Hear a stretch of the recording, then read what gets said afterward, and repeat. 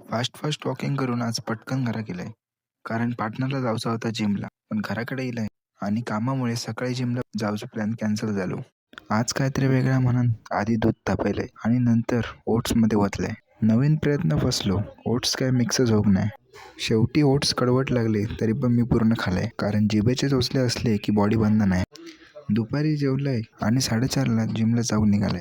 लवकर जिमला गेलंय. जिमची खिडकी उघडलंय तर बघा नजारो. काल हालत बेकार झाली म्हणून आज मी जिममध्ये ओट्स घेऊन येले. जेणेकरून हळूहळू माका एनर्जी गावाक होई. ओट्स खाल्लंय आणि त्या घारीसारखं जरा आराम केलाय.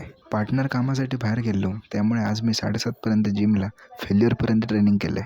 डक लाईनवरनं नंतर नजारे बघत बघत मी घराकडे येत होते. घराकडे येल्याने जेवण खाऊन अंथरून घातलंय.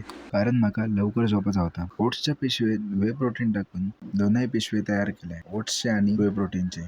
आणि ही भातासाठी मशीन घेतलंय. बॅगमध्ये कपड्यांपेक्षा जास्त तर सप्लिमेंटच भरलेले. ही पॅकिंग मी कशा केलंय ह्या तुमका मी उद्या सांगते. Good night.